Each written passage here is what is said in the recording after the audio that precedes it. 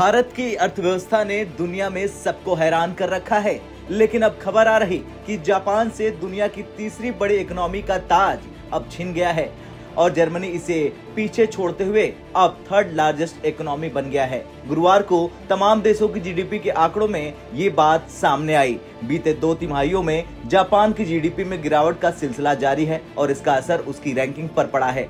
इसके साथ ही अमेरिकी डॉलर के मुकाबले येन की वैल्यू गिरने से स्थिति खराब हुई है। जापान की जीडीपी में आ रही गिरावट के चलते ये देश अब मंदी की चपेट में आ गया है और इसका असर ये हुआ, जापान ने दुनिया की तीसरी सबसे बड़ी अर्थव्यवस्था का तमगा खो दिया है। जापान की जीडीपी अब 4.2 ट्रिलियन डॉलर पर आ गई है, जबकि इसे पछाड़ते हुए नंबर 3 पायदान पर पहुंचे जर्मनी की जीडीपी का साइज 4.5 ट्रिलियन डॉलर हो गया है। बीते अक्टूबर-दिसंबर की अवधि में जापान का जीडीपी सालाना आधार पर 0.4% तक गिर गया है। इससे पहले अक्टूबर महीने में आईएमएफ ने अनुमान जाहिर किया था कि अमेरिकी डॉलर के मापे जाने पर जर्मनी दुनिया की तीसरी सबसे बड़ी अर्थव्यवस्था के रूप में उभरकर सामने आ सकता है। जापान पीछे रह सकता है।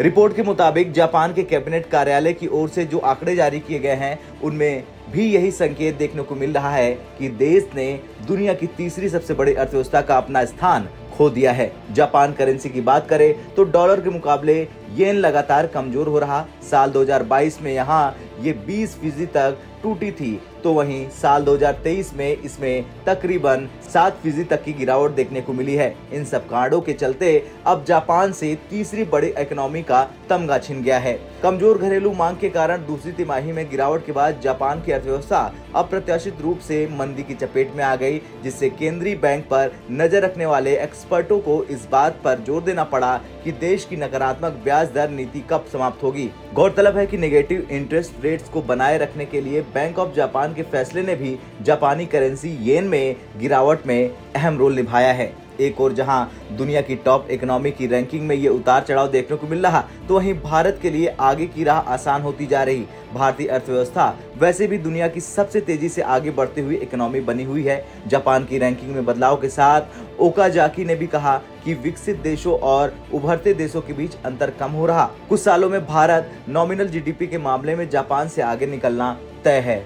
वर्ल्ड ऑफ स्टैटिस्टिक्स पर जारी आंकड़ों पर गौर करें तो आईएमएफ के मुताबिक साल 2028 में चीन के 43.89 ट्रिलियन डॉलर के साथ नंबर 1 इकोनॉमी बनने का अनुमान जाहिर किया गया है, तो वहीं भारत 19.65 ट्रिलियन के साथ तीसरी सबसे बड़ी अर्थव्यवस्था होगी। अब जिस तरह से ये आंकड़े सामने आ रहे हैं, वो भारत की राह आसान कर रहे हैं। इसे लेकर आपका क्या कुछ कहना है, कमेंट कर जरूर बताएं। और आप ये भी बताएं कि क्या भारत डॉलर को अब पछाड़ सकता है। ब्यूरो रिपोर्ट, भारत तक।